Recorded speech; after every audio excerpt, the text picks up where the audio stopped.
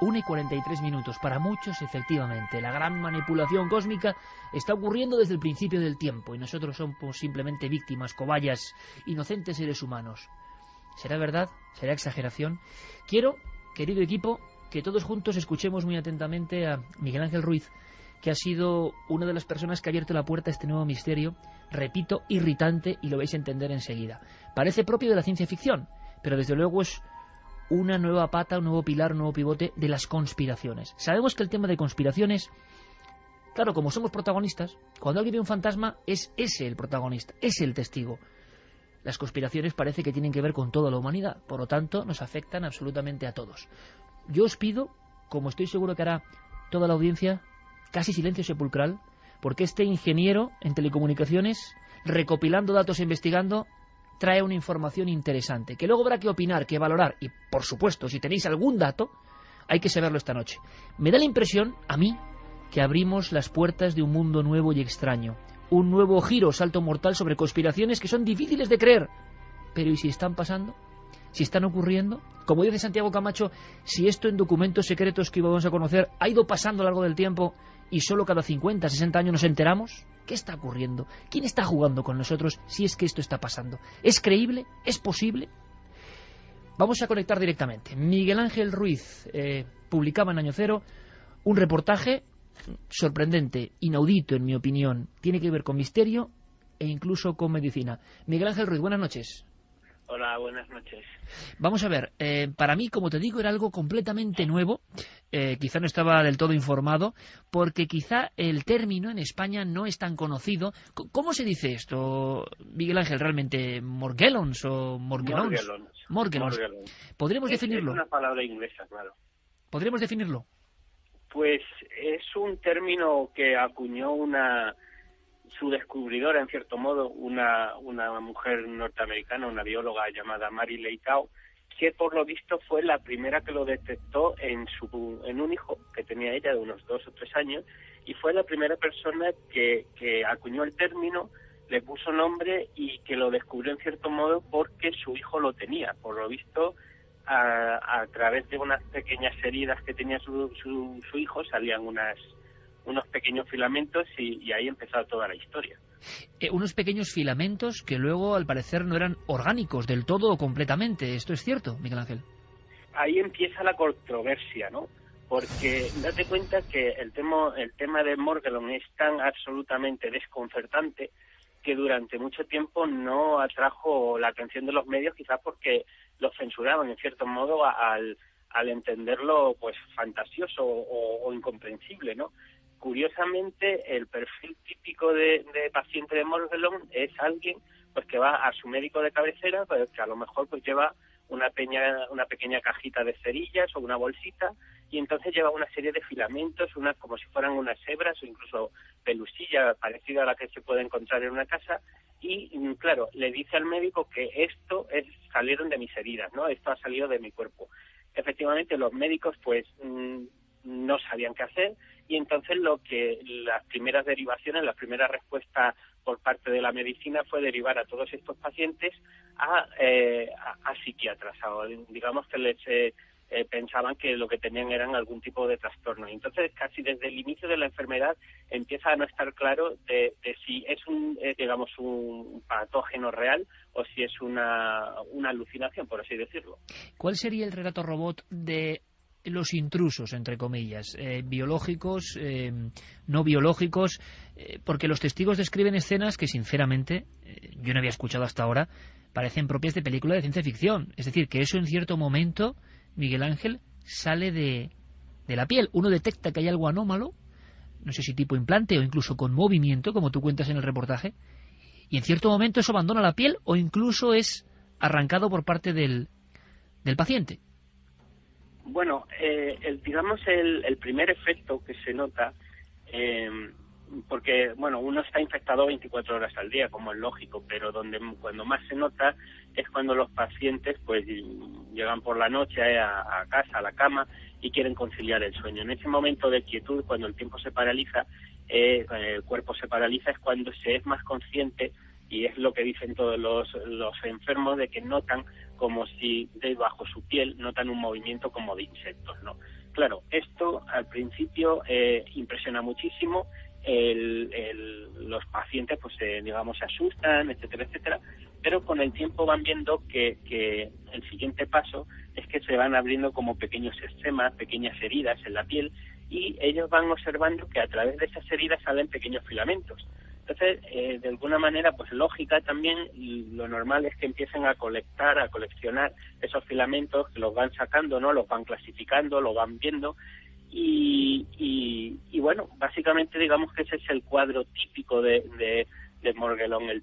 El asunto es que luego también con el tiempo esto se va infectando todo el cuerpo, y según dicen la afección es total, o sea, acaba habiendo Morgellons incluso en los dientes, dentro de los ojos, por el cerebro, o sea, es como dirían, una penetración sistémica total, y eso provoca también, entre otras cosas, pues una fatiga inmensa, y incluso falta de atención o algunos problemas cognitivos, porque, como digo, con el tiempo, en los estados más avanzados de la enfermedad, todo el cuerpo, absolutamente todo, acaba, lleno de este tipo de fibras.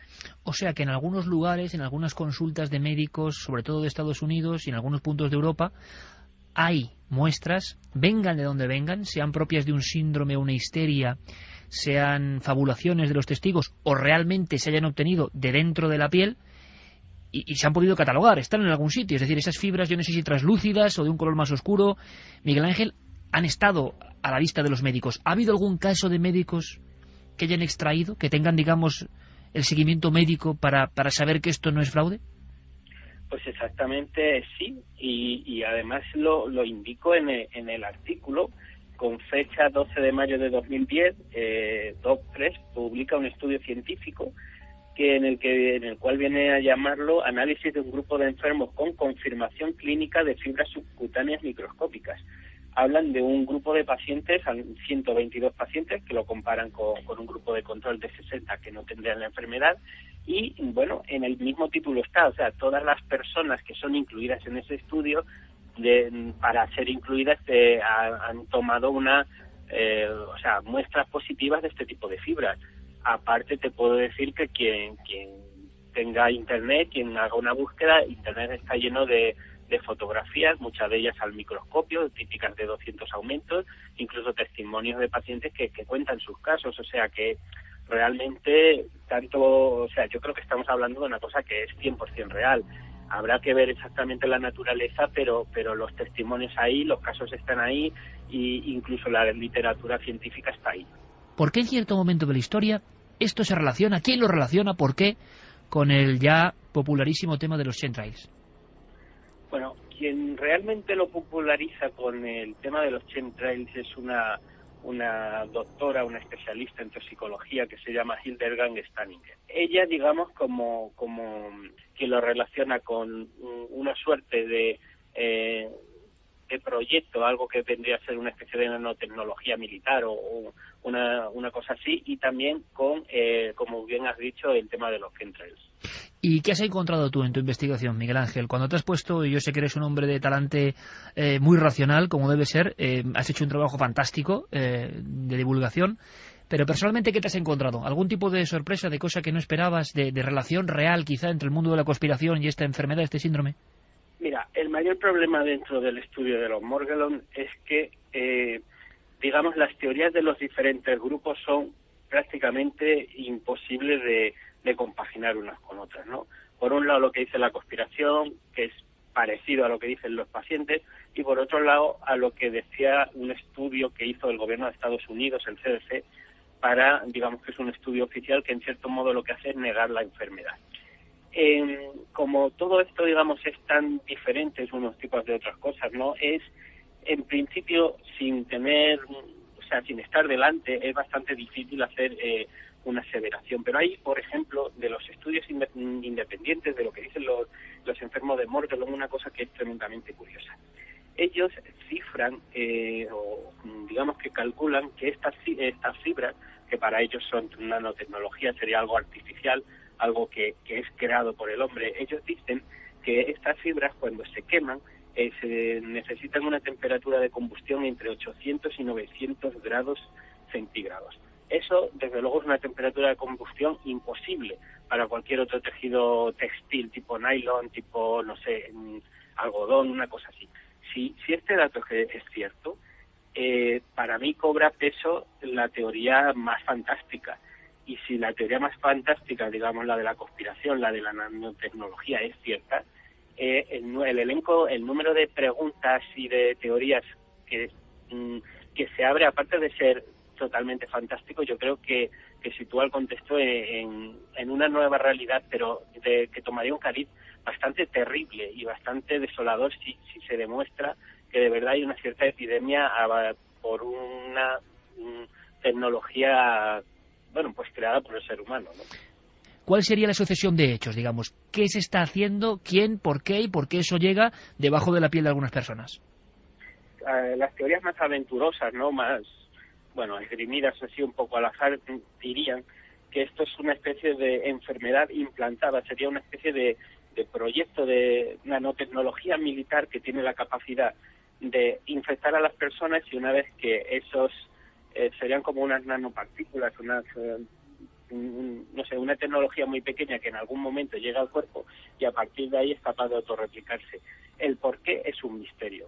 Lo que hay es un estupor inmenso por lo que se va encontrando, lo que se va viendo, que a día de hoy, además en 2012 ya tenemos estudios, literatura científica, estudios científicos que van avalando esta realidad, cosa que años anteriores no teníamos, pero sobre los porqués es bastante difícil todavía decir nada.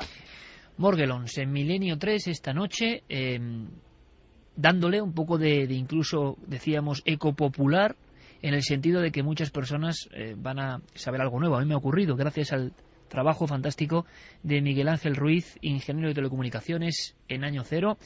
Lo celebramos porque es algo de verdad nuevo, interesante, inquietante también, evidentemente, y ojalá con médicos, con investigadores, logremos saber algo más. Eso es lo importante, esa es la gran clave. Miguel Ángel Ruiz, un abrazo muy fuerte, gracias. Un abrazo para ti, Iker.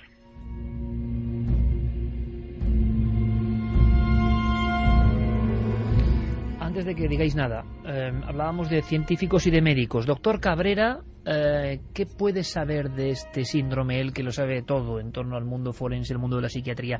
¿Está pasando? ¿Lo tratan? La sorpresa es, ¿consideráis que es una tontería que ni que mencionar? Doctor Cabrera.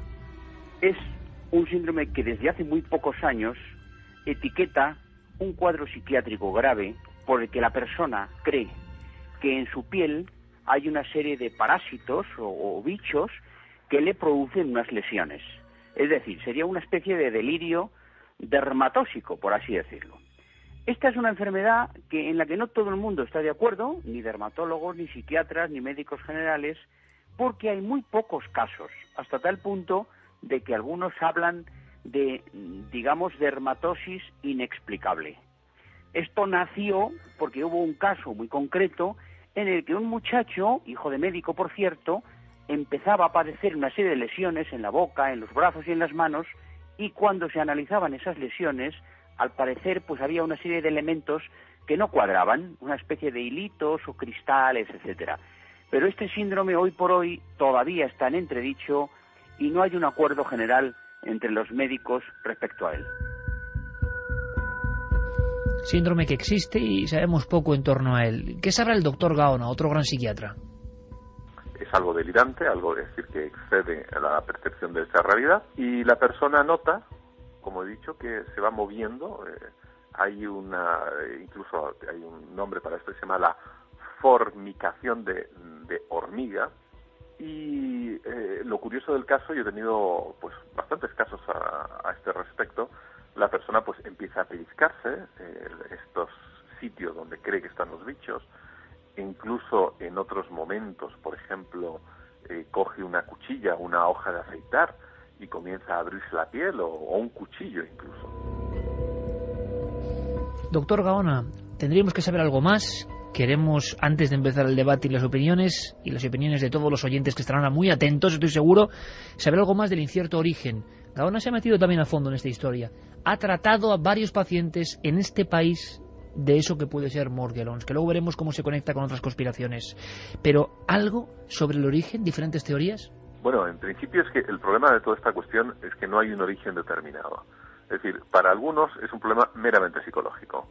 Para otros, como he dicho, realmente hay algún tipo de insecto, y en ocasiones diminuto. Y para otros cuartos, ya otro cuarto grupo, incluso una infestación de tipo bacteriano. Los que yo he visto, desde luego, sin lugar a duda, podría decir con cierta claridad que era un delirio de infestación, ¿no? O síndrome de Ekbom también se llama. Es decir, un delirio de parasitosis. Porque yo mismo he examinado muchas de estas heridas. Además, la persona suele rascarse una y otra vez, hasta el punto de levantarse las costras, de ahondar en ellas, y tengo, desde luego, porque estamos en la radio, tengo unas excelentes fotografías de este tipo de heridas, que en ocasiones llegan, pero dejar los brazos completos, incluso hasta el dorso de la mano, hasta los propios hombros, llenos de cicatrices, como si la persona hubiese pasado una verdadera viruela. 1:58, un fenómeno nuevo. El doctor Gaona comentándonos casos de Iván adentro, y se lo agradecemos. Casos que llegan a ser dramáticos. Cuando alguien ha visto, y repito, muchas de las personas de los casos que ahora se consideran misterio es que han visto esos filamentos andando o moviéndose o reptando o como sea antes de sacarlos, que es cuando se quedan inertes, muy cerca de la piel, es decir, con una pequeña venita. El doctor Gaona nos cuenta, por supuesto salvaguardando la identidad de algunos pacientes, casos en España que os van a poner los pelos de punta, pero que son realidad. Bueno, en algunas ocasiones este tipo de delirio dermatozoico llega a adquirir pues unos caracteres realmente espectaculares. La persona comienza a notar que estos insectos se mueven por doquier, por debajo de la piel, es decir, imaginemos la sensación de angustia y de pánico, ¿no? Y no solamente lo notan, sino en ocasiones casi llegan a verlo, confundiendo pues pequeñas costras o pequeñas pigmentaciones de la piel con la cabeza de dichos insectos. Y recuerdo, por ejemplo, el caso de un paciente que llegó incluso a creer que este tipo de insectos iban moviéndose por el cuello hasta la boca y que se habían alojado en la propia raíz de los dientes. Y esto yo sé que puede dar mucha dentera, y más aún a estas horas, pero el paciente cogió unos alicates de su caja de herramientas y se arrancó prácticamente todos los dientes con objeto de dar salida libre a estos insectos. Ahora la gran pregunta, y la que extiendo aquí, con el impacto de todos estos testimonios de médicos y psiquiatras, ¿todo reside en la mente? ¿Se ha aprovechado un síndrome real que existe para unirlo ahora a el mundo de las conspiraciones? Porque claro, la segunda gran pieza es que todo esto ocurre en lugares donde se han visto chemtrails, que ahora hablaremos de ello. Muy complejo. Primera valoración, compañeros. Pues efectivamente el delirio de parasitosis existe, está descrito en los libros de medicina desde hace mucho tiempo, pero personalmente soy de la opinión de que ningún delirio deja un rastro físico.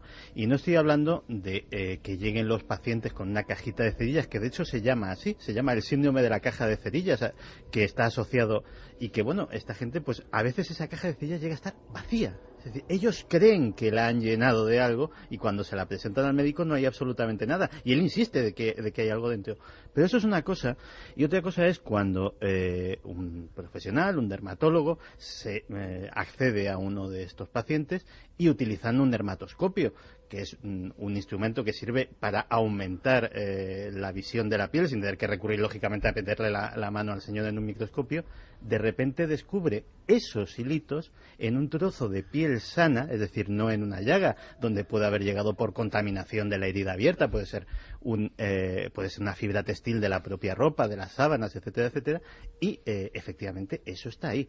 Son muy pequeños, hace falta un instrumento de 20 o 30 aumentos para que sean visibles, no estamos hablando de algo que se pueda ver a simple vista sin ayuda, y eso es una realidad y se han dado muchos casos. ¿Qué es? Pues ahí sí que se ha abierto un debate fascinante. Lo bueno, Santi, es que es un debate que está ocurriendo ahora, que es un misterio nuevo, sea lo que sea, pero es un misterio nuevo que está ocurriendo ahora y que era prácticamente desconocido en nuestro país hasta esta noche, claro. Fíjate que añadido a las teorías de conspiración, que ya ahondaremos en ese tema, uno de los últimos estudios sobre estas fibras, sobre estas muestras, descubrieron que algunas de ellas tenían ADN de una bacteria que se llama Agrobacterium. El Agrobacterium es un organismo patógeno de las plantas que deja fibras de celulosa en las plantas que infecta. Lo que sería increíble y sería el primer caso en la historia médica sería de un patógeno de las plantas que empezase a afectar a los seres humanos. O sea, sería un hecho inédito. Pero hasta por ahí se han apuntado posibilidades. ¿Qué opina Javier Sierra?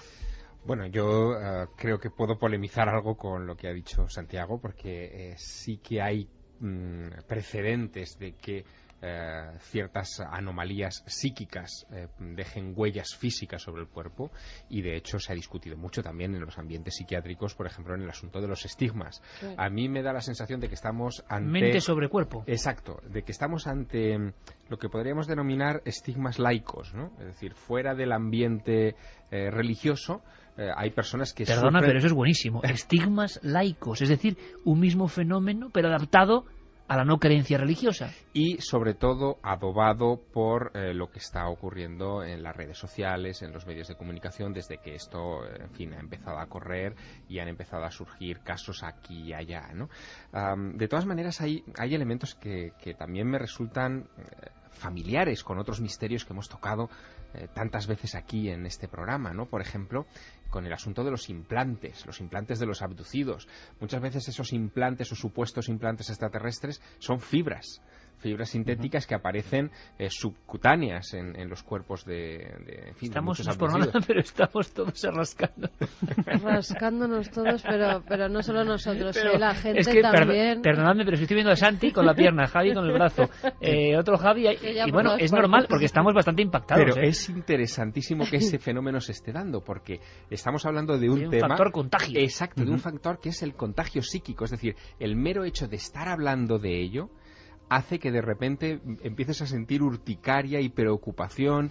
Claro, pero no hasta el punto de que llegan a hacerse las heridas, lo que nos contaba el doctor Gaona, de arrancarse los dientes para que salieran los... No, claro, pero es que... Eso ya creo que son enfermedades mentales muy graves. Sí, pero Javier pone sobre la mesa algo interesantísimo que yo no había pensado, que es en este tiempo de no creencia religiosa, quizá algunas personas, en algunos de los casos, hay alguien con esa facultad, si antes las hubo para generarse laceraciones, con esta especie de trasfondo... Aunque en laboratorios se han hecho pruebas de lo de los estigmas, nunca se ha demostrado 100%. Que fuera 100% la mente actuando solamente sobre el cuerpo para abrir esas heridas en las heridas de la pasión de Cristo. No está demostrado 100%. Se cree que gran parte puede ser, descartando por supuesto todos los fraudes, pero ya te digo que en laboratorio nadie ha demostrado al 100% que eso sea verdad. Sin embargo, vaya... Es que los laboratorios sirven para poco en estas cosas. Ya, ¿sabes a mí lo que me ha llamado la atención de esto? Ahora que está todo ya en internet, que hay un montón de fotos de este síndrome, ¿cómo nadie ha grabado en vídeo? Y está un vídeo en YouTube que podía estar... ¿Cómo salen esos supuestos pelitos? No, de la extracción. De la extracción, pero ¿cómo están saliendo? ¿Cómo se mueven? ¿Cómo se rascan? Yo no he logrado ver ninguno. No, yo lo único que he visto... O sea, el movimiento de la fibra dentro de la piel. Exactamente. Yo he visto algo casi más inquietante, que es el movimiento de la fibra fuera de la piel. Es decir, puesta la fibra en un microscopio. Pero no me sirve, puede ser otra cosa cualquiera. Perfectamente, tienes razón. Pero la verdad es que efectivamente tal vez sea por la dificultad, es decir, a lo mejor hay las condiciones necesarias para grabar eso, teniendo en cuenta que estamos hablando de cosas que pueden tener milímetros o nanómetros. Estamos sacando ADN de hace miles y miles de años. Pero estamos hablando de una enfermedad que la inmensa mayoría de los médicos ni siquiera creen que es una enfermedad, con lo cual, ¿quién se va? Que los psiquiatras derivan hacia el mundo, como decía Javier, solamente de lo patológico a nivel mental. Yo estoy recordando una cosa, para unir ambos mundos que vienen ahora de conspiración. Evidentemente, a los que hemos seguido el tema de la ufología, aunque no tenga nada que ver, esto de filamentos que caen visibles nos lleva a lugares de apariciones marianas, es curioso, de lugares donde ha habido una fe desbordante como Fátima, donde se fotografió esta especie de cabellos de ángel, y sobre todo algún episodio muy inquietante, muy raro, nunca bien resuelto, que es esa visión de dos objetos extraños sobre la ciudad portuguesa de Évora en el año 59, Y lo que describe parte de la población es que cae una lluvia finísima de pequeños fideos casi como tipo cabello de ángel, efectivamente. Algunos caen en un patio, doctor Amaral llega a coger en un bote de muestras varios de ellos, y esto se convierte en una muestra que sobrevive al tiempo hasta que se incendia, también una historia de película, pero cuando se ve en el microscopio, no con mucho aumento, parece una especie de araña negra con las patas extendidas, y que, según dice el propio doctor Amaral, cuando se pone un cristal de microscopio encima de esta especie de araña venida del espacio, casi lo creían en un principio, hace una reacción casi mecánica, ¿no? Como si fuese un ser muy vivo. Bien, esto de objetos que pasan por el cielo, cae algo, y ese algo a veces son fibras que puede llegar a meterse dentro del cuerpo. Esta es la nueva página de la conspiración. O sea, si este tema ya de por sí es tremebundo y es nuevo y puede ser una patología simplemente, Internet, yo y nos me he están quedado mandando además los oyentes todo tipo fotos, de fotografías, claro, que están antes buceando por Internet y encontrando las fibras y encontrando antes todo. de pasar directamente a ese ámbito de la conspiración que relaciona esta patología, que puede ser simplemente patología, estigmas laicos, me ha parecido sensacional, con el mundo de lo que viene de arriba, sea humano o no. Si es humano da hasta más miedo. Ahora lo contamos, pero nuestro público, ¿qué dice? Porque en este caso yo creo que tiene que haber todo tipo de cuestiones, ¿no? Aparte de rascarse todos, exacto, dicen sí. Elkin, si fuera verdad que son nanorobots con una temperatura de combustión de 800 grados centígrados, ¿cómo van a poder autorreplicarse en el organismo? No tienen elementos en nuestro cuerpo para hacerlo. Granada dice, buenas noches milenarios, vivo en la costa de Málaga y suelo mirar al cielo con mucha frecuencia. Curiosamente, todos los chemtrails parecen seguir la línea del litoral con la curva que esto implica. Lo que más me llama la atención es que suelen marcar la línea de la costa y mar adentro casi nunca. Aparecen estas siniestras líneas. Acumulo montones de fotografías. Tal vez no quieren desperdiciar en el mar estos supuestos químicos. Constanza dice, en algunos lugares donde se han visto chemtrails, a los días siguientes se les pidió que no tomaran agua del grifo. ¿Casualidad? Yawit dice, si mira la foto, si lo ve mi madre se muere, se pasa el día diciendo que tiene algo por ahí dentro de la piel y que pica. Pili Vicente, pero ¿salen pelos por las heridas? Así como hablar por entendernos, dice, que lo expliquemos cómo es la reacción esa, cómo salen esas fibras. Las fibras son, algunas son visibles, son las fotografías. visibles, sí, hay fotografías que ya han puesto. Tamaños, las hay de diferentes colores. No de todos los colores, hay 4 colores que son las blancas, las negras, las rojas y las azules. Nadie ha sabido diferenciar por qué estas diferencias y aparecen o bien individualmente o bien en forma de pelusillas, es decir, de bolas de pelusa que salen directamente de la llaga y bueno, lo que podría efectivamente hacer indicar que podría tratarse de algún tipo de contaminación externa de la llaga abierta. El problema llega cuando se empiezan a analizar y a investigar con el microscopio. No olvidemos que la que inicia todo esto, la señora Leitao, aparte de bióloga, es operadora de microscopio electrónico, con lo cual se fue directamente a ver al microscopio lo que le pasaba a su hijo. Descubren que se trata de una fibra, de un cuerpo, digámoslo así, de fibra, de lo que parece una fibra sintética, un poliéster, que sí, pero que tiene una cabecita. Y la cabecita es de silicio. Incluso se encontraron 2, lo que pasa es que esas muestras en concreto, pues digamos que no voy a poner la mano en el fuego por ellas porque la fuente es muy dudosa, que tenían la cabecita en cuestión de oro.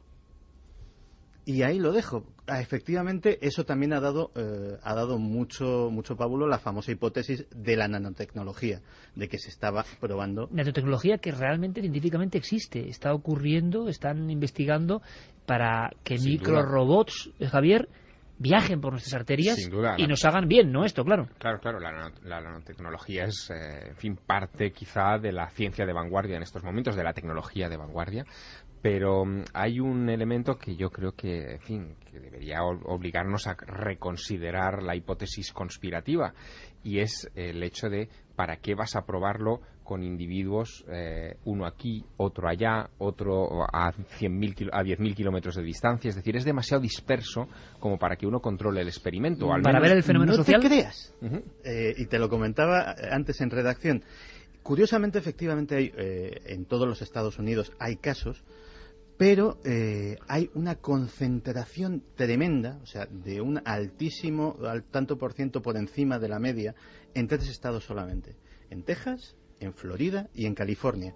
Y nadie ha sabido si es que son más propensos a ese tipo de delirios los tejanos que los señores de Idaho, pero el caso es que pasa así. Bueno, hay una historia también interesante. Ahora cuando entremos en la página Chemtrails... ¿La abrimos ya? Pues la abrimos ya.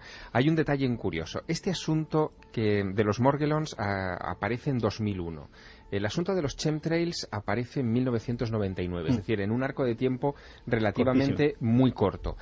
Y ambos adquieren una dimensión insólita gracias a un programa de radio. Sí. Es decir, que es el programa Art Bell, es una especie de Milenio 3 de los Estados Unidos, que se emite... Con muchísima más audiencia, claro, porque ocupa todo el continente americano. Claro, es un coast to coast, de hecho se llama así ahora, el programa, ¿no? Art Bell no lo presenta, eso es. La tiene un sustituto. Sí, de costa a costa. Y ahí, en 1999, es donde aparece por primera vez un periodista especializado en temas militares, temas bélicos, que había estado incluso en la Guerra del Golfo, en Bahrein, en Arabia Saudí, en Kuwait, haciendo sus crónicas. Este hombre se llama William Thomas, es el que acuña el término chemtrail, es decir, estela química, para ese fenómeno, digamos, del espacio. Pero es muy curioso que en los lugares donde, en fin, William Thomas acuña toda esta teoría, desde donde emite los programas de Art Bell, etcétera, que es todo ese Southwest norteamericano, sea el lugar donde han emergido todas las conspiraciones de las que estamos hablando últimamente. Ahí es donde está el Área 51, la idea de que los extraterrestres han hecho pactos con los humanos, el tema evidentemente de la micro o nanotecnología, las pruebas nucleares en su momento. Todo en el mismo sector. Todo en el mismo sector. Y de ahí irradia al mundo. Eso también es curioso. Es bien, vayamos al cielo. Chemtrails, que es un tema muy polémico. Lo hemos tocado en alguna ocasión. Yo no acabo de aclararme. Y además, bueno, ahí el factor Internet y redes sociales, desde luego, hace que la información fluya a una rapidez antes inimaginable. Y que las personas compartan teorías, también delirios, en tiempo real. Luego van a decir, Santi, que soy un Illuminati y todo eso, porque van a pensar que quiero rebajar la pasión de todo esto. Bueno, ya lo dicen, ¿no? Por eso, Illuminati. sí, y que al revés, lo que estamos haciendo es mostrar las cosas, pero con criterio. Digo esto ¿por qué? Porque las personas reaccionan incluso ante cómo esté dada la información, porque ya tienen muy claro que somos cobayas humanas. Esto está muy bien y me parece perfecto. Me sigue sorprendiendo la fuerza que esto tiene y cómo personas de todos los niveles culturales, de todas las posiciones, hablas con ellos y de pronto te dice alguien que ni imaginas, oye, hay que investigar lo de los chemtrails, nos están fumigando. Santi, aunque sea brevísimamente, ¿qué conexión puede haber para que ahora entremos en esta página, que sería la conspiración 2 añadida a este nuevo fenómeno de enfermedad, de parásitos, de lo que sea?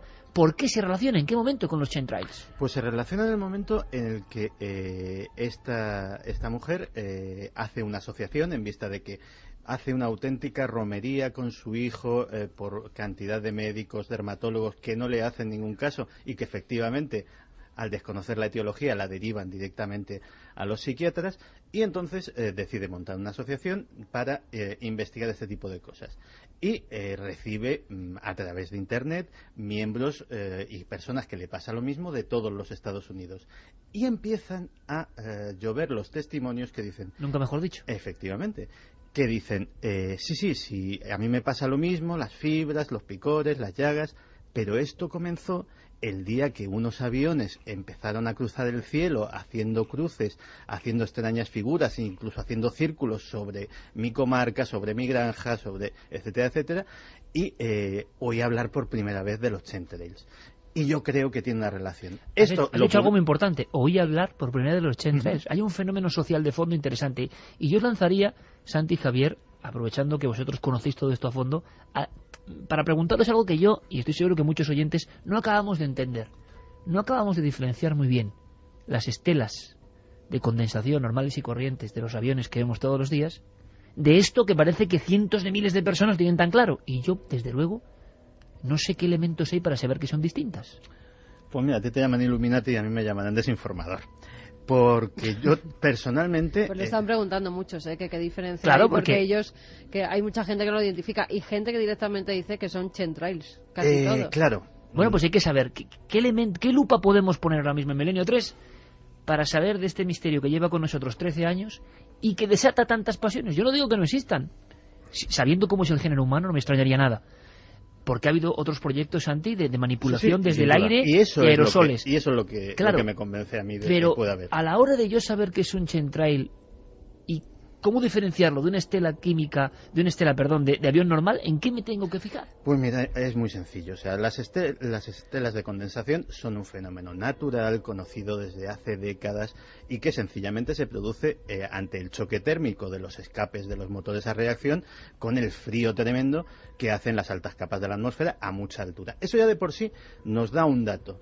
Es decir, si está a mucha altura, podemos deducir que es una estela de condensación. Si de repente lo vemos más bajo del nivel de las nubes y vemos, por ejemplo, que hay algo que está soltando una estela a baja altura, eso no es de ninguna forma una estela de condensación. Ese avión está soltando algo, indudablemente.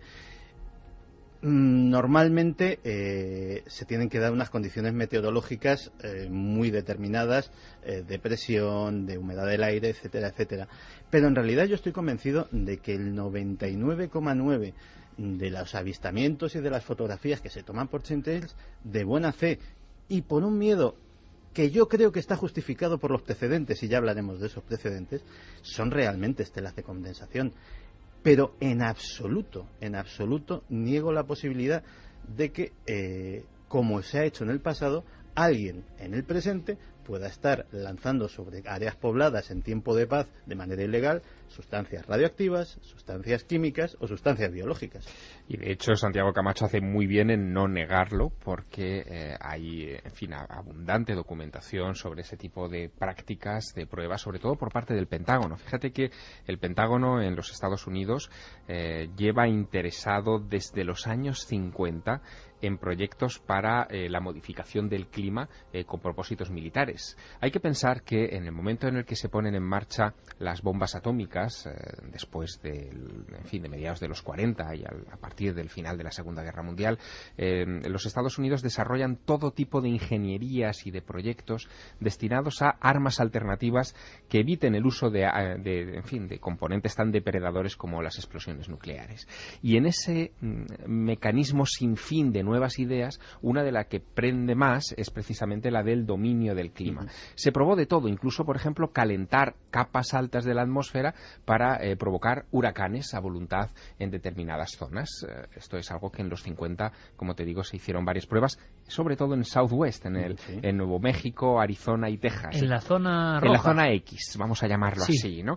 Pero fíjate, incluso hay un informe reciente de 1996 de la Fuerza Aérea de los Estados Unidos que tiene un nombre casi de película de ciencia ficción y muy adecuado a lo que estamos hablando esta noche. Se titula Owning the Weather by 2025, es decir, dominando el clima hacia el año 2025. Ese es el propósito de ese informe, y ahí se habla de técnicas de fumigación con distintos elementos, desde aluminio, bario, en fin, todo tipo de situaciones. Sabemos también que en las últimas Olimpiadas de China, el gobierno chino desarrolló toda una serie de técnicas para que no lloviese en determinados actos de las Olimpiadas, en determinados actos olímpicos, precisamente para que no se arruinase el espectáculo. Pero ¿no? una cosa son los ladrones de nubes, estará indicando nuestro público, y otra cosa es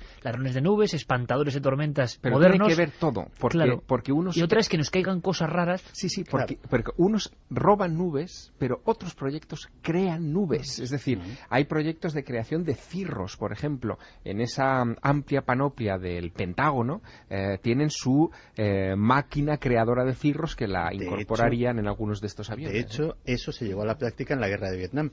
Hubo una operación que tenía un nombre en clave curioso, se llamaba la Operación Popeye.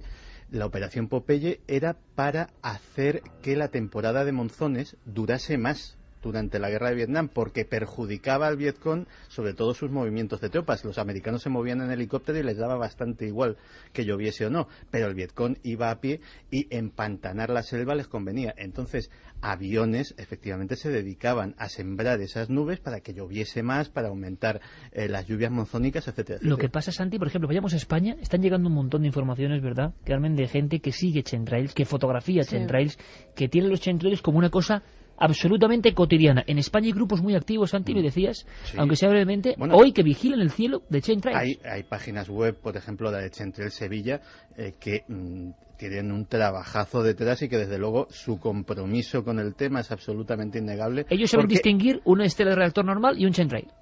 Eso dicen, y digamos que ahí sí que no me Porque voy a claro, mojar. el espacio aéreo está surcado por miles y miles de aviones más que nunca que Pero, dejan estelas. ¿sabes muchos de que, ellos. para que veas hasta qué punto el tema preocupa en España, ¿sabes que el pasado mes de mayo hubo una manifestación en Barcelona por los chemtrails?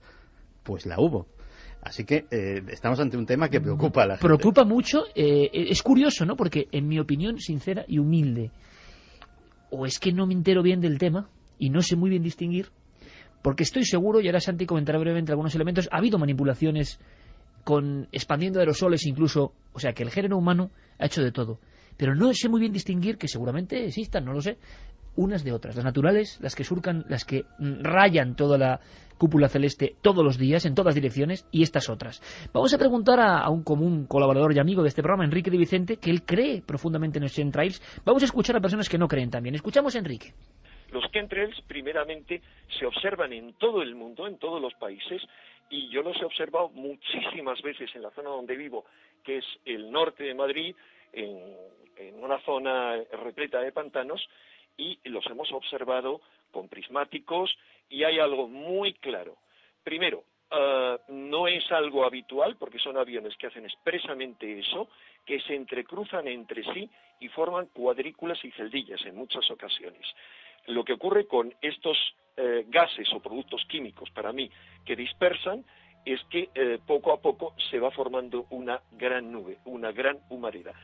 Con lo cual, eso apoyaría en principio la hipótesis principal. Hay muchas hipótesis, aunque en el fondo lo que yo digo es que hay un enigma, que hay algo raro que está ocurriendo y que debe investigarse, y que sin embargo nadie quiere investigarlo.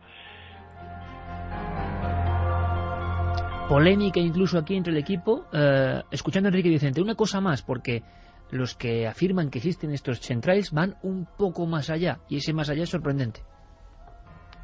En ocasiones los aviones que hacen esto no tienen identificación, aunque hay evidencias más que suficientes de que aviones de línea también dispersan estos agentes.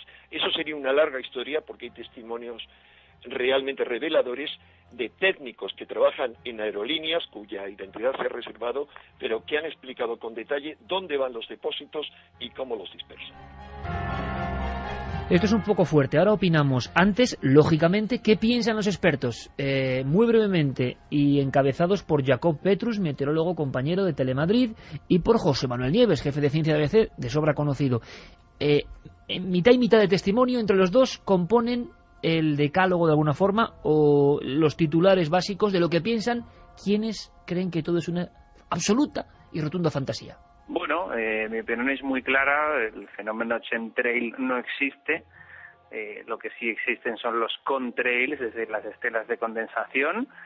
Es un proceso físico que estamos viendo, que realmente es la conversión del vapor de agua que sueltan los aviones como si fuera un tubo de escape de un automóvil. El combustible que utilizan los aviones pues también contiene vapor de agua que, al ser expulsado en la atmósfera y a altas altitudes, pues ahí temperaturas bajas lo que hace es formar pequeños cristalitos de hielo, y es lo que nosotros vemos desde la superficie.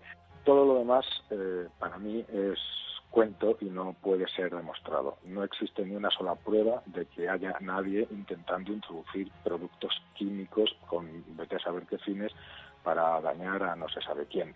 Sí es verdad que ha habido experiencias y experimentos, como por ejemplo en China, que liberan determinados productos químicos a la atmósfera con la intención de hacer llover o de evitar que llueva.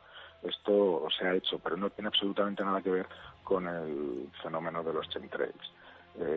También es cierto que dentro de esa estela sí puede haber algún residuo químico procedente de la combustión del avión a reacción, pero de ahí a lo que se está diciendo va muchísimo trecho. Pocas veces tanta irritación, nunca mejor dicho también, con estos misterios, y una controversia tan dura. Tan claro lo tienen los escépticos como los crédulos, Javier. Santi.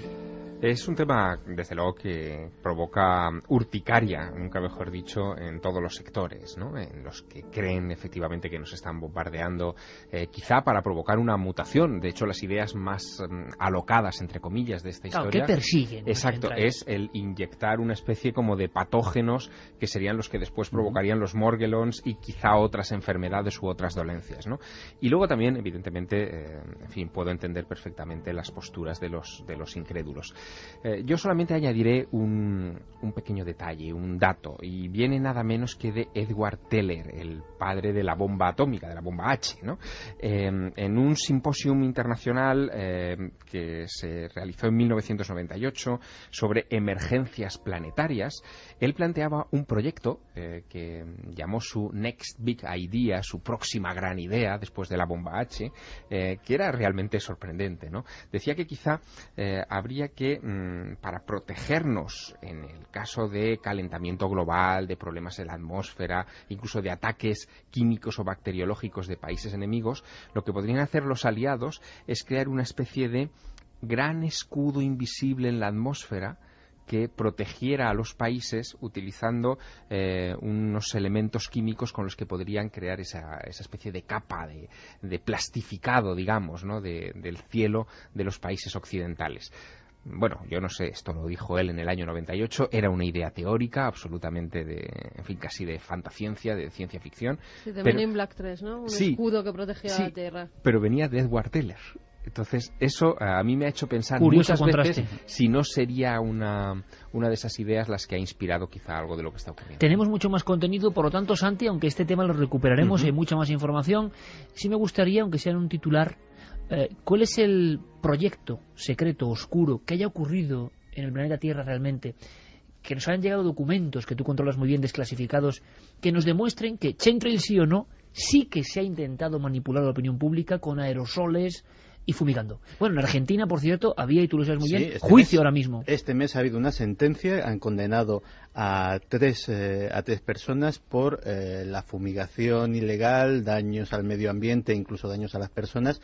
Habían fumigado personas en Argentina. En un barrio de Córdoba que estaba aledaño, esto tenía su explicación, a una explotación agrícola, y que este hombre estaba fumigando todo el barrio prácticamente, porque aquello se extendía de una forma tremenda. Que haya parece un accidente, ¿no? Que haya fumigaciones ilegales y que muchas veces se confundan con que nos están fumigando y con chemtrails, sí, eso es diferente. Pero al hilo de lo que me preguntaba Iker, vamos a ver, la Fuerza Aérea de los Estados Unidos tiene el ala 190 que se dedica a las fumigaciones. Es decir, y no se dedican a fumigar la moscarda, se dedican a fumigar cosas. ¿Qué cosas? En 1977, en una sesión de una comisión del Senado de los Estados Unidos sobre seguridad en caso de guerra biológica, la Fuerza Aérea de los Estados Unidos no tuvo más remedio que reconocer que entre 1949 y 1969 habían fumigado 239 áreas pobladas con diversas bacterias y agentes patógenos. Eso sí es ¿Para verdad. qué? Para probar patrones de dispersión, patrones epidemiológicos, no solamente para realizar ellos un ataque, sino en caso de que el enemigo atacase, todo este tipo de cosas. De hecho, pues a lo mejor algún escéptico dice, bueno, esto se lo he inventado. Una publicación tan prestigiosa como Scientific American publicaba hace relativamente poco un artículo sobre una de estas fumigaciones en la bahía de San Francisco de una bacteria potencialmente mortal, la Serratia marcensis, que provocó una epidemia importante y varias muertes en la bahía, y publicación científica más prestigiosa que esa no se me ocurre. 2:31. Tenemos que continuar porque hay mucho dossier, aunque desde luego si recibimos información interesante siempre tendremos la ventana abierta de este mundo tan conspiranoico, tan extraño. No se empiecen tampoco a obsesionar los oyentes, porque claro. Igual nos dice de colores me he quedado pues sin saber nada de este tema esta misma mañana en mi higiene diaria, en una herida de la planta del pie me saqué lo que yo creía que era un pelo raro blanco. Y hoy está, pues, bueno, con lo que los estamos pies contando... están muy en contacto con los calcetines, es decir, que las fibras... Sí, pueden... y a presión con los zapatos, o sea, claro. Y, bueno, si anda descalzo y tiene madera, una silla... Y si alguien tiene una duda muy grande y un problema, que vaya a su médico y punto, no pasa nada. Sí, el médico va a flipar cuando le diga que sí está fumigado y que no, pero que le ha salido, fibritas que le ha salido pies. esto, que es que puede haber un caso real o lo que sea, pues que lo examinen los médicos. Es muy curioso porque, para terminar este asunto, el punto de España desde el cual más gente informaba de fotografía y seguimiento de chemtrails era curiosamente Málaga. Sí. ¿Tendrá algo que ver con algo? Bueno, es una zona aérea muy compleja. También yo creo que eso hay que considerarlo. Es un punto, en fin, estamos hablando de uno de los aeropuertos de más tránsito aéreo de Europa, desde luego de España, y un lugar por el que no solamente transitan grandes jets comerciales, sino también, en fin, mucha aviación deportiva local. Hay muchos aeródromos en la zona y, por lo tanto, en fin... Desde Puerto Rico también nos escribe Meche Torres y dice que muchos sabemos lo que está pasando y los antecedentes del gobierno americano y sus experimentos. Hoy hubo una gran rociada en Puerto Rico. Hoy hubo una gran rociada en Puerto Rico. Casi a diario, un verdadero espectáculo a todas horas. No es conspiración, es real. No somos estúpidos. Yo me he vuelto más alérgica que nunca. Asma, picores y hasta alergias inexplicables en la piel, pero nunca a ese nivel. Creo que mucha gente no está siendo honesta con este tema y pocos se atreven a hablar. Santi, es curioso porque este mensaje muy perfectamente traído en este momento, perfectamente hilado, mencionaban los chemtrails como culpables de nuevas patologías, alergias, problemas respiratorios, que igual tienen que ver con otra cosa, con la contaminación y demás, pero los seguidores del tema chemtrail aseguraban que era por esto. Y hay un seguimiento enorme de este tipo de teorías. Y es cierto. También es cierto, y es una práctica, no es habitual, pero tampoco es rara, que los pilotos comerciales hacen una cosa que se llama el fuel drop, que es que cuando van a tener un aterrizaje difícil, un aterrizaje de emergencia, con malas condiciones, directamente para mejorar la maniobrabilidad del aparato y para evitar, en caso de que suceda algo, pues males mayores, vacían completamente los tanques en el aire. El fuel aeronáutico no es precisamente bueno respirarlo ni que te caiga en ningún sitio. También alguna de esas historias se puede deber también a eso. Claro, pero dice que es casi a diario, con lo cual no, desde México también nos escriben. México también. Vicente Maloy dice: la millonaria, solo les quiero compartir una vivencia de hace poco menos de un año. Me encontraba cruzando la frontera de México hacia Estados Unidos. Me dirigí al Paso de Texas y pude ver a 2 aviones militares a muy baja altura que despedían una especie de humo gris, el cual se condensó y cayó como una fina lluvia de esferitas. Pude percatarme que estas caían ya que escuché cómo chocaban con mi parabrisas. Saludos desde México. Bueno, gracias a todos los oyentes de América. Muchísimas gracias por el seguimiento a través de cadenaser.com y ikerjimenez.com. Guillermo León, como siempre, coordinándolo todo. Pura conspiración en los aires. Está ocurriendo y tenemos que contarlo. Con este nuevo fenómeno que sí que nos deja un poco impresionados, los morquelons, ¿no? Morquelons. Y que por Internet da la sensación de que esa realidad ha superado ya la realidad convencional. Y ahí ya se extreman precauciones, se comparten fotos, está ocurriendo ahora mismo. Vamos a otro tema mucho más clásico. Ahora enseguida conoceremos a esa mujer que mañana será protagonista en el Vaticano y es mujer de todos los misterios, Javier. Antes, le pido a Noel que incluso vayamos a un mundo más oscuro porque hablamos de desenterramientos muy particulares.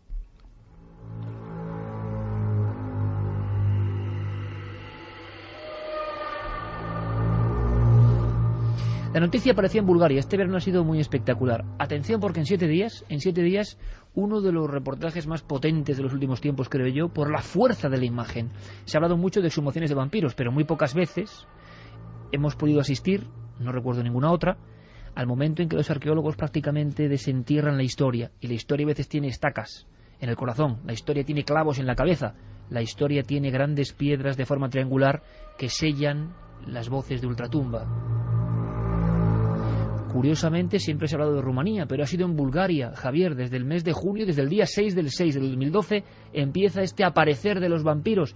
Y me gustaría saber, antes de que Carmen hile con una historia que ahora vuelve a examinarse y que tiene que ver con Estados Unidos y que es increíble, cambiando el tercio completamente, y antes de irnos a algo que parece más pacífico, como esa mujer de los misterios, a día de hoy, Javier, información, en Bulgaria esto se sabe muy poco, y invito a la gente, por favor, a que el próximo domingo, no este, sino el que viene, vean esas imágenes porque es increíble. Ahí están los vampiros, los que se creían vampiros, los maldecidos, emergiendo. Y eso ha generado en Bulgaria muchos problemas. Los científicos santiguándose, santiguándose. Eso lo has visto tú, Javier. ¿Cuántos vampiros han surgido de junio esta parte en Bulgaria? Pues nosotros estuvimos cubriendo la noticia que había surgido, sí, a finales de mayo de 2012 ya se aparecen esos primeros cuerpos que saltan a la luz, saltan a los medios de todo el mundo, medios de todas partes, de todos los rincones del planeta, acuden hasta allí para fotografiar y filmar esos cuerpos. Ocurre en un pueblecito a orillas del Mar Negro, se llama Sozopol, y ahí aparece lo que parecen los cuerpos estacados de dos personas en el ábside de una iglesia del siglo XIV, y son solo también la punta de un iceberg, porque a raíz de ahí, casualidad o no, surgen por todo el territorio búlgaro otra serie de hallazgos.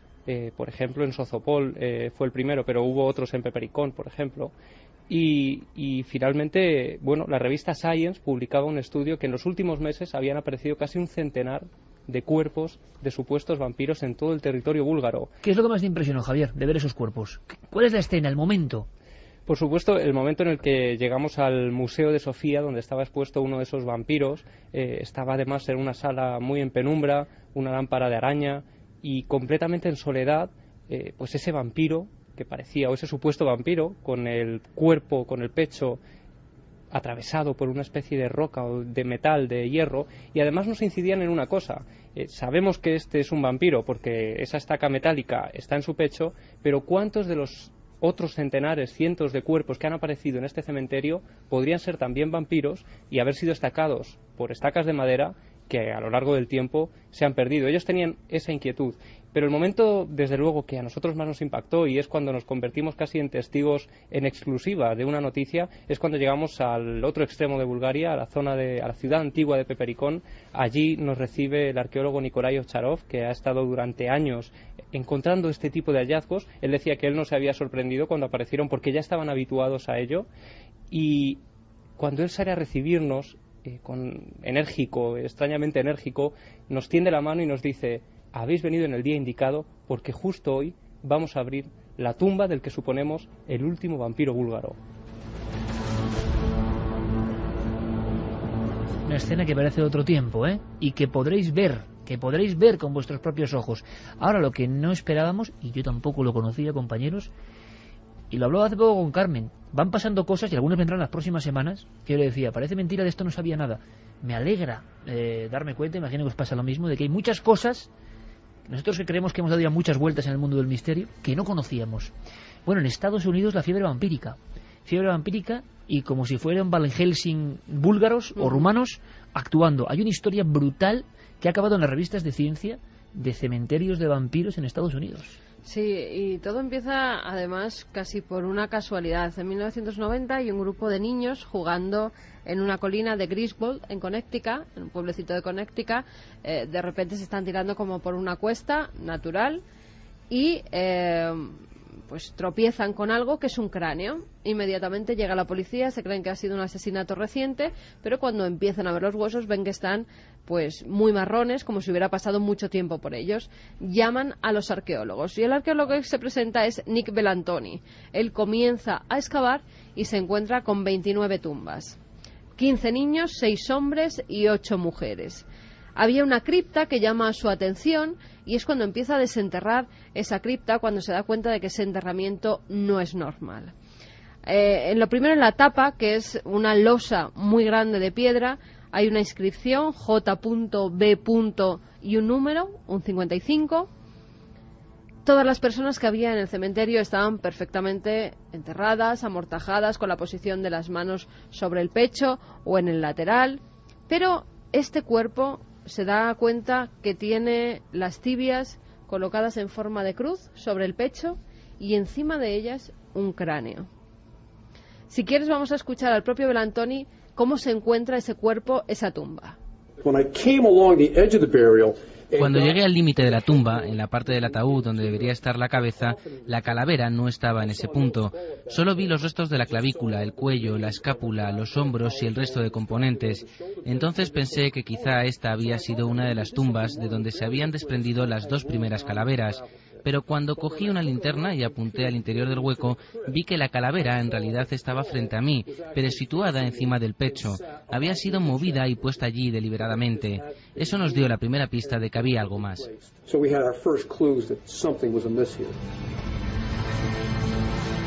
Ese cuerpo lo envían al Museo Nacional de Salud y Medicina de Washington. Allí lo estudian, llegan a la conclusión que se trata de un hombre de unos 50 años que había muerto de tuberculosis o alguna enfermedad infecciosa de los pulmones hacia 1830 más o menos. Siguen investigando, sobre todo en los documentos, para ver de quién podía tratarse, qué familia estaba enterrada en esa parte, en esa colina. Y llegan a la conclusión que se trata de la familia Walton. Esa familia, al parecer, había tenido algún síndrome, entre comillas, vampírico. ¿Por qué? Porque la mayoría de sus miembros habían muerto de tuberculosis. Se creía que por la condición física que iban adquiriendo, la tuberculosis hace que se vayan quedando muy blancos, que vayan perdiendo mucho peso, esa sangre que echan por la boca al toser, pues que muchos de ellos regresaban de la tumba para llevarse a sus familiares y por eso lo relacionaron con vampiros y por eso esta tumba es profanada y se creen que este J.B. es el vampiro y hacen con él la decapitación y además una cosa más, tenía las costillas rotas. ¿Eso qué indicaba? Que alguien había metido la mano en la caja torácica, había sacado el corazón y la tradición contaba que cogían este corazón para quemarlo y o bien las cenizas ponerlas en la comida para que los familiares pudieran comérselas o bien mientras estaban quemando el corazón en el propio camposanto los que estaban alrededor aspiraban el humo de ese corazón ardiendo para no contagiarse de esa terrible enfermedad.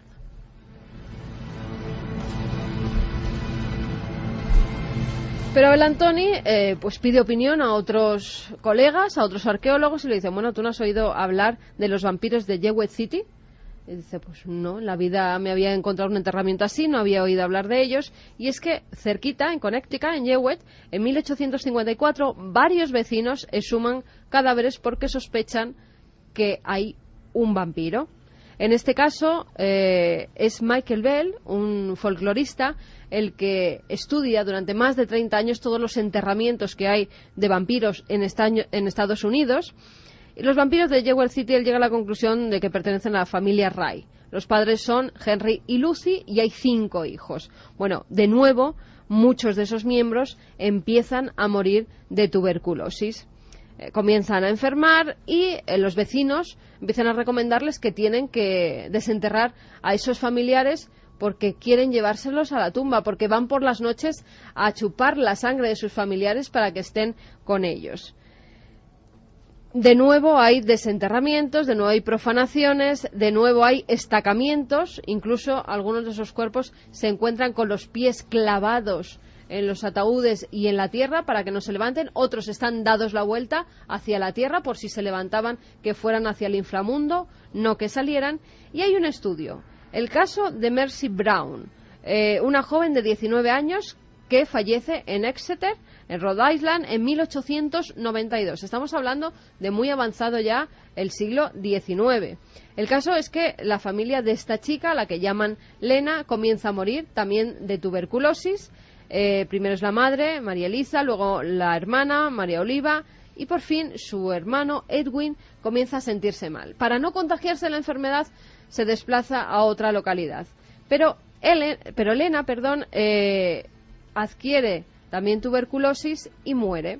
El hermano va a enterrarla y empiezan a verle, decían los vecinos, y hay crónicas que así lo certifican, que era un muerto viviente. Los vecinos se empiezan a asustar, dicen que son sus hermanas las que se lo quieren llevar también a la tumba y le piden que si por favor pueden sacar el cuerpo de su hermana y pueden sacarla al corazón. Además, hay una cosa, hacía poco tiempo que había muerto, era invierno y el cuerpo se mantenía en perfectas condiciones.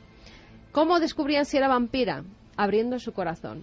Ese corazón decían que tenía sangre coagulada todavía dentro de él. La prueba definitiva para ellos de que esa chica, Lena, era una vampira. Todo esto ocurrió en Estados Unidos hace 110 años, una fiebre vampírica que solo imaginábamos en la Europa del Este, que nos parece hasta lógica y contextualizada, pero en Estados Unidos, imagino que en unos momentos de enfermedad, el virus siempre asociado al no muerto y también en unos entornos, imagino, de gran fervor religioso, donde todo lo ajeno da mucho miedo.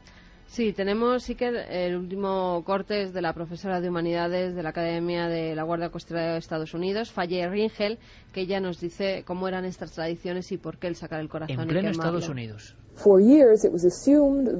Durante años se asumió que esto era ficción o al menos algo dudoso, un resto de folclore familiar que probablemente nunca ocurrió. Ahora parece haber pruebas de que realmente se exhumaron cuerpos y de alguna manera se retiraron los huesos para quemar el corazón, los pulmones o lo que hubiera dentro. Y esto ocurrió realmente al este de Connecticut y al oeste de Rhode Island.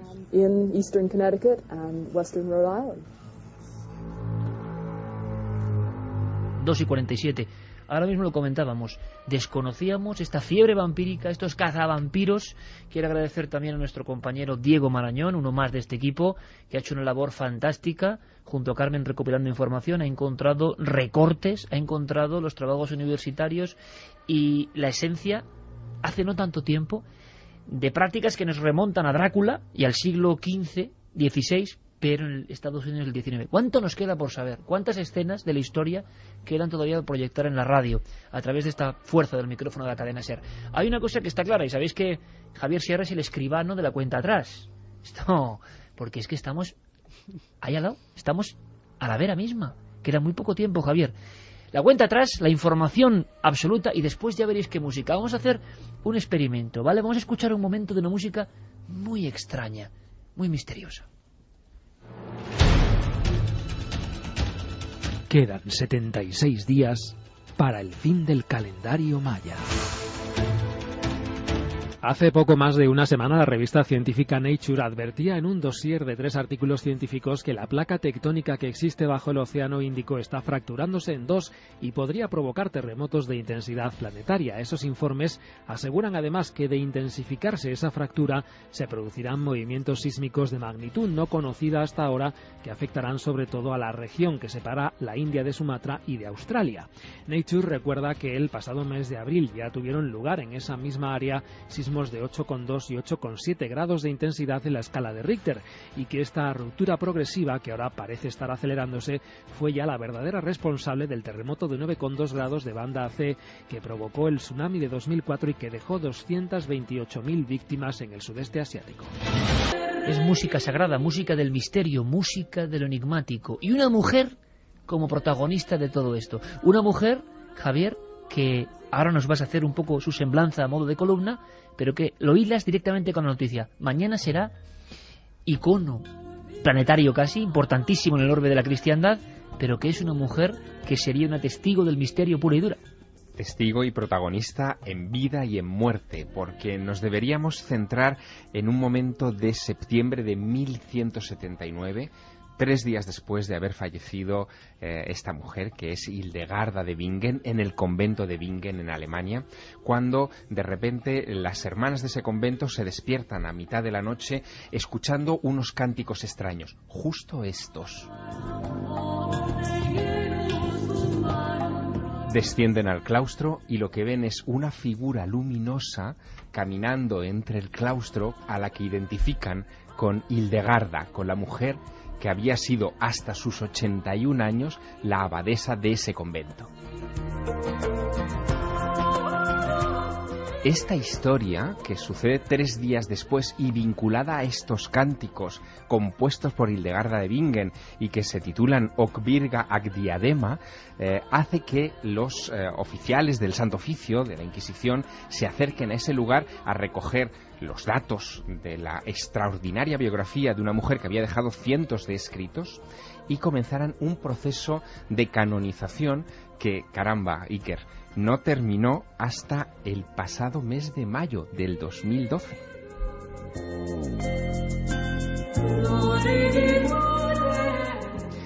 Y mañana por fin Benedicto XVI ha decidido incluir a esta mujer entre los doctores de la Iglesia. Sin duda fue una mujer sabia, una mujer cuya sabiduría arranca a partir de sus experiencias místicas. Ella era la 10ª hija de una enorme familia y que, por tanto, al haber sido la 10ª y era la tradición en la Edad Media, fue consagrada inmediatamente a Dios. Era el diezmo. La entregaron a un convento, allí se educó desde que era un bebé, y a los 3 años ya se cuentan historias de las visiones que tenía esta niña. Decía que una luz se le aparecía y le hacía temblar hasta el alma, y que esa luz le mostraba escenas, acontecimientos, tanto del presente como del pasado como del futuro, mientras una voz misteriosa se las iba explicando.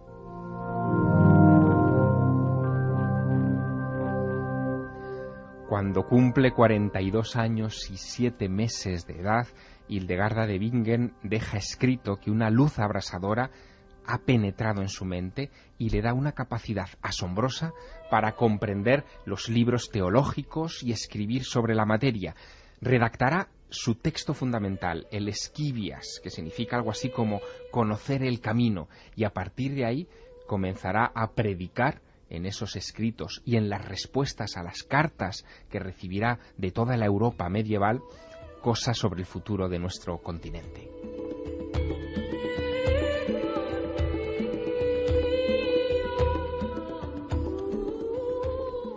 Entre los correspondientes que le escribían estaba nada menos que Bernardo de Claraval, el patrón de los templarios. Y es que no debemos olvidar que la época en la que vive Hildegarda de Bingen es la época del gótico, de los templarios, del grial, del tarot, de las cruzadas, de los herejes, de la Inquisición.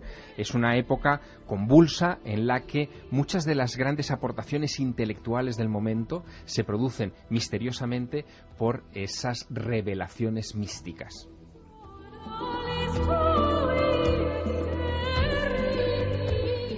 Dentro de 7 horas comenzará en la Plaza de San Pedro la ceremonia en la que Benedicto XVI la nombrará doctora de la Iglesia, que es el mayor reconocimiento que un papa puede dar a un santo, y lo hace porque considera Benedicto XVI que la influencia de esta mujer en la historia mística de la Iglesia a partir del siglo XII ha sido impagable.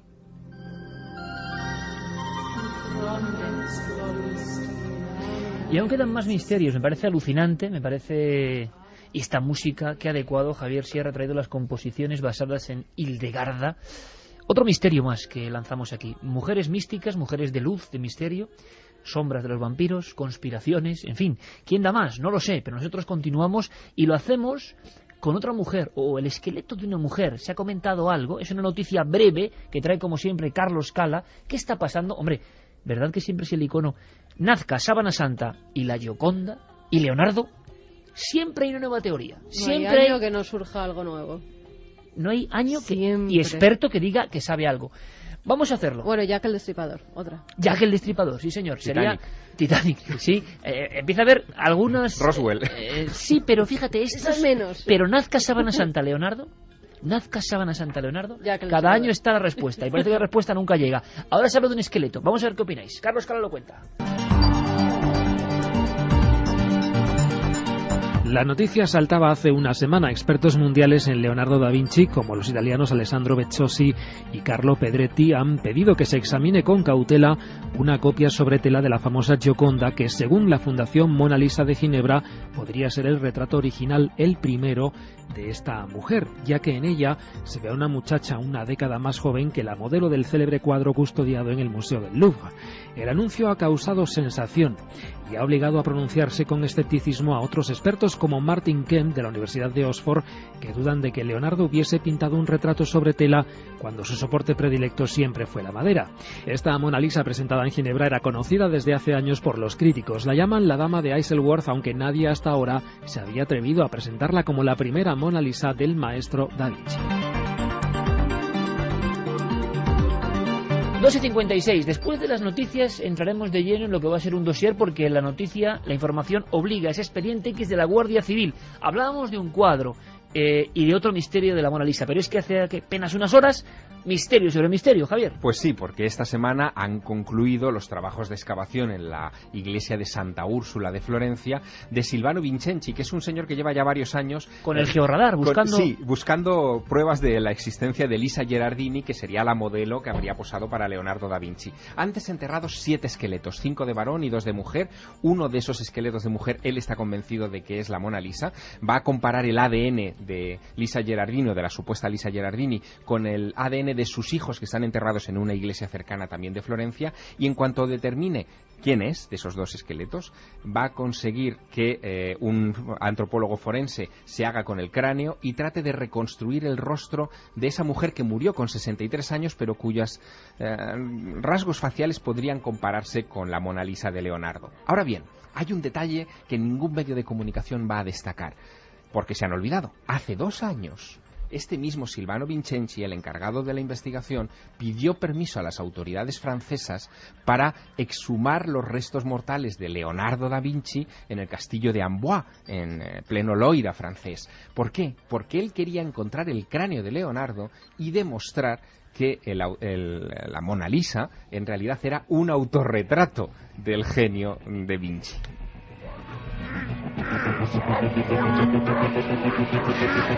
Fíjate, voy a contar una cosa así. Hemos estado los 3 en Vinci, ¿verdad? Sí. A mí que me pareció un sitio un poco extraño, Javier. Lo es. Mira que Leonardo es un tipo luminoso y sus trabajos y... Pero ese sitio, quizás que fuimos de noche, pero... No, ese castillo, esa roca, sí, eso, en fin, es verdad, es un lugar atípico. ¿Verdad? Maravilloso también, porque es la Toscana, pero... evidentemente, pero sí, extraño. Yo he estado viviendo una temporadilla por allí. Vamos cerca. a mandar un abrazo a un hombre que nos sigue mucho y que es un crack y es un gran compañero en la televisión, Cristian Gálvez, que nos sigue mucho.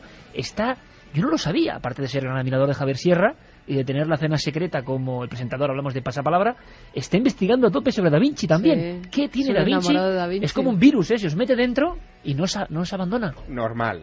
Y además en Vinci hay que visitar el Museo Ideale, donde uno de los grandes expertos en este genio se ha dedicado a coleccionar, fijaos qué tema, incluso para televisión, las huellas digitales dejadas por Leonardo en sus obras, y dice que ya tiene 9 de las 10 huellas de Leonardo. Santi, ¿tú te imaginabas al empezar este dossier, que es actualidad pura y dura, que pasasen tantas cosas a lo largo de 7 días? Pues la verdad es que no, pero es que todas las semanas sobra contenido para hacer este programa. Eso no lo saben. Lo que pasa es que si después del síndrome Morgellons, lo que hemos contado, y después de los chemtrails cuentas lo que tú tenías preparado, que tiene que ver con lo que comemos y más cosas. Contaré. Semana que viene, Santi. Claro que sí. Un abrazo muy fuerte, compañero. Un abrazo. Un abrazo, un honor como siempre tenernos aquí a los dos, Javier. Muy buenas noches. Hasta dentro de 7 días. Lo pasamos fantástico.